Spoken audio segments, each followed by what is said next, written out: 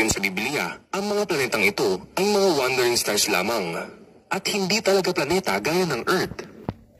At ganito ang kanilang itsura sa kalangitan kung gagamit ka ng zoom camera.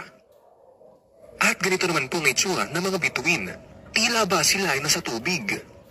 At kung kukuha ka ng long exposure shot ng mga bituin, makikita mong sila ay umiikot sa mundo, maliban sa North Star o Polaris na nakafix lamang.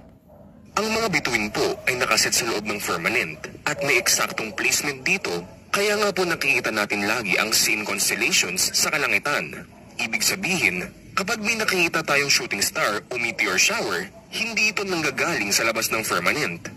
Pansinin, ang direksyon ng mga falling stars, minsan ay paitaas, minsan ay pababa. Minsan naman ay may patagilid. Ibig sabihin, ang mga bituing ito ay gaya rin ng mga planetang alam natin, mga wandering stars na hindi nakaset sa firmament, kaya malaya silang gumalaw sa kahit anumang direksyon.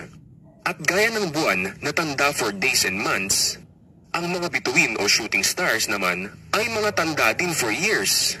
Bilang halimbawa, ang Halley's Comet ay nakikita lamang sa kalangitan every 76 years, kaya kahit wala pang NASA noon, kaya nang mapredict ng ancient civilizations ang paglitaw ng comets, maging ng mga eclipses gamit ang Saros cycle.